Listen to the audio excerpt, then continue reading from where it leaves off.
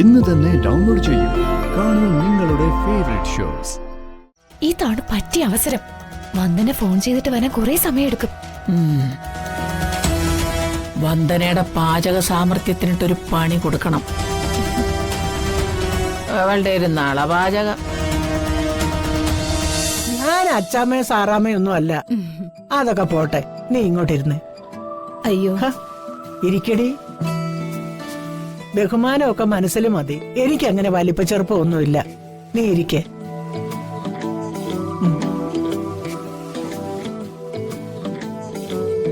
ഞാനൊരു കാര്യം ചോദിച്ചാ നീ സത്യം പറയണം. ഇവിടെ എന്റെ കൊച്ചുമോള് കഴിയുന്നത് സന്തോഷത്തോടെയാണോടി? ആ, സന്തോഷത്തോടെ തന്നെയാ വർഷക്കുഞ്ഞ് കഴിയുന്നത്. പക്ഷേ വിക്രം സാറിന്റെ സ്വഭാവം ആർക്കും മുൻകൂട്ടി പറയാൻ പറ്റത്തില്ല. ഒരു പ്രത്യേക ടൈപ്പാ.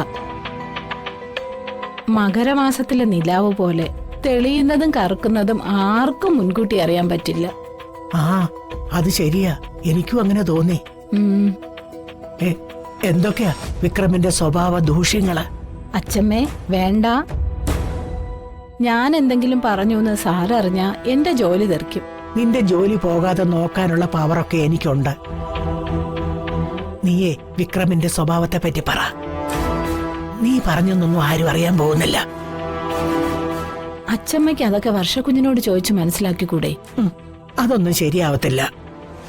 ഒരു വീട്ടിലെ ഉപ്പ് ഭരണിയുടെ ഉപ്പിന്റെ അളവ് മുതല് കിടപ്പറയിലെ ചലനങ്ങൾ വരെ വള്ളി പുള്ളി തെറ്റാതെ അറിയാവുന്നത് വേലക്കാർക്കാ. ഈ അച്ഛമ്മയ്ക്ക് നാണമില്ലേ? ഞാൻ അവരുടെ കിടപ്പറയ്ക്കടുത്തൊന്നും അങ്ങനെ പോവാറില്ല.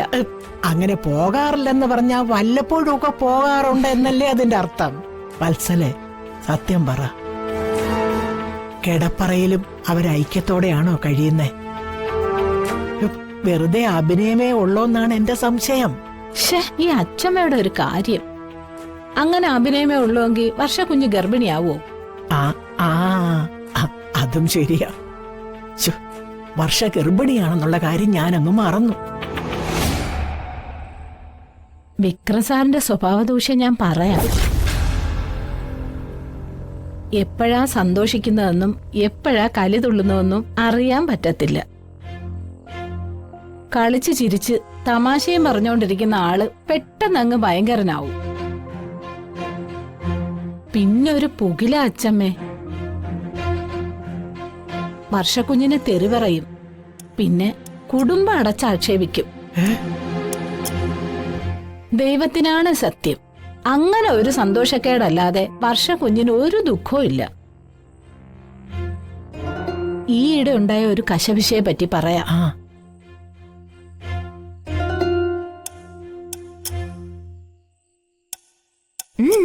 എന്താ ഇവിടെ? ചേച്ചിയുടെ ജോലി കഴിഞ്ഞില്ലേ? ഓ, ഞാൻ അടുക്കള വിശേഷങ്ങളൊക്കെ പറഞ്ഞിരുന്നതാ വർഷക്കുഞ്ഞെ. എന്നാ നിങ്ങൾ സംസാരിക്കേ, ഞാനിപ്പോ വരെ.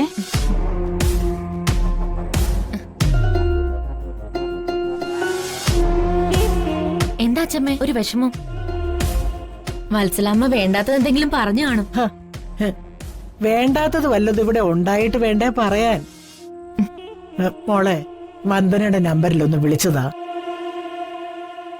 മോളെ, അച്ചമ്മ ചോദിക്കുന്നോണ്ട് ഒന്നും തോന്നരുത്. അച്ഛമ്മ ചോദിക്ക്. മോൾക്ക് എന്തെങ്കിലും സങ്കടം ഉണ്ടോ ഇവിടെ? സങ്കടോ? എന്ത് സങ്കടം? അച്ഛമ്മയ്ക്കിത് എന്താ പറ്റിയേ? എനിക്കിവിടെ ഒരു സങ്കടവും ഇല്ല. സത്യാണോ? സത്യം. എന്നാ വന്ദനമോളെ ഒന്ന് വിളിച്ചതാ.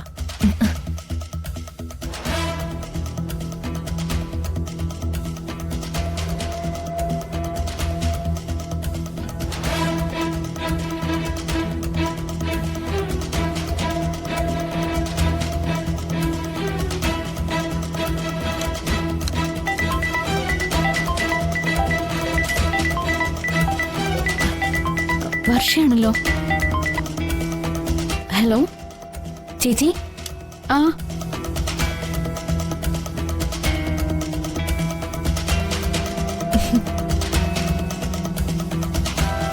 അപ്പച്ചി, ഇതാണ് പറ്റിയ അവസരം. വന്ദന ഫോൺ ചെയ്തിട്ട് വരാൻ കുറെ സമയമെടുക്കും.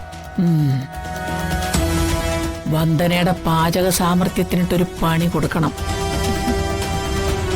അവളുടെ ഒരു നളപാചകം.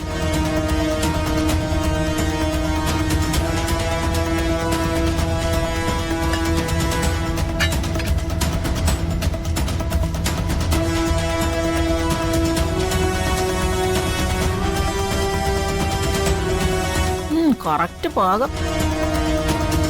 ഇതൊക്കെ തിന്നിട്ടേ കുറുപ്പിന്റെ അതിഥികൾ ഇവക്ക് പാചകറാണി പട്ടം കൊടുത്തിട്ടേ മടങ്ങൂ.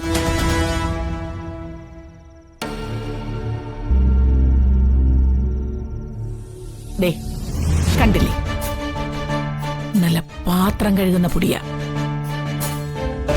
ഇതുള്ളിലേക്ക് ചെന്നാ പിന്നെ മനസ്സിലായി. തോം തോം തോം അതല്ലേ? അതെ.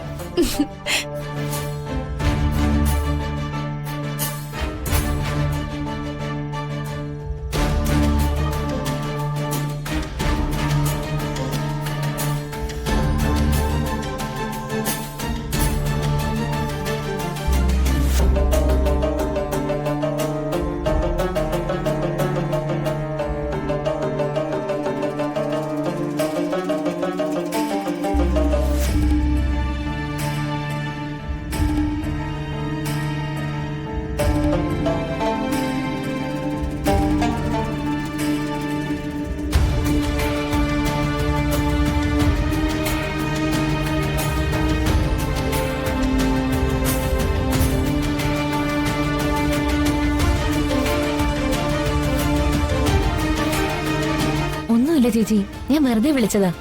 ഈ രാത്രിയിൽ വെറുതെ വിളിച്ചെന്നോ? എന്താ മോളെ, വല്ല അസ്വസ്ഥതയും തോന്നുന്നുണ്ടോ?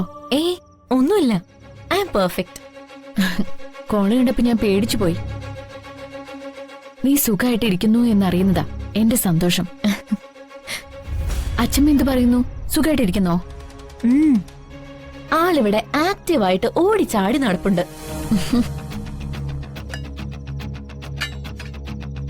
അപ്പച്ചി, അപ്പൊ മറ്റേ കറിയൊക്കെ ഒന്നും വേണ്ടേ? വേണ്ട, വന്ദനയുടെ സ്പെഷ്യൽ പനീർ ബട്ടർ കറിയിൽ മാത്രം മതി. ഇന്നത്തോടെ അവളുടെ കഥ കഴിഞ്ഞത് തന്നെ.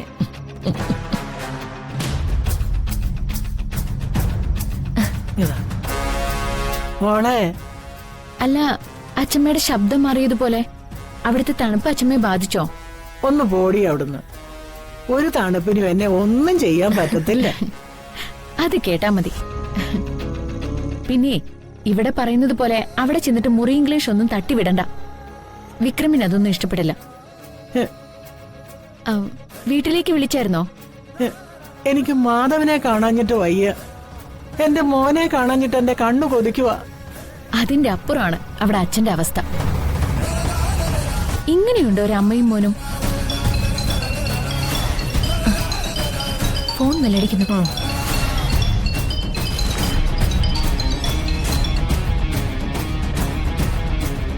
മാനത്തെ കൊട്ടാ